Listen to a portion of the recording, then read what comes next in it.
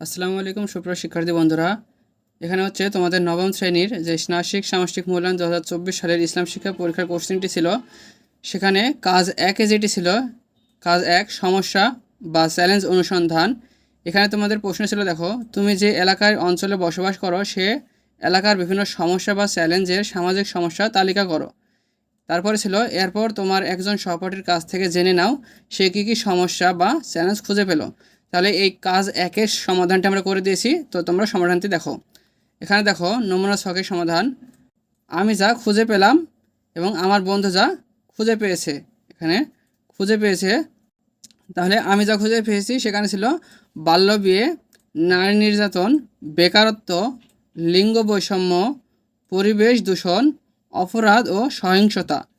এবার প্রথম বন্ধু যে সমস্যাগুলো খুঁজে পেয়েছে তা হলো শিক্ষার অভাব, স্বাস্থ্য সমস্যা, যৌতুক প্রথা, জাতিগত ও ধর্মীয় বৈষম্য, মানবাধিকার লঙ্ঘন, অ্যাসিড নিক্ষেপ। তাহলে এই হলো তোমাদের কাজ 1-এর সমস্যার সমাধান।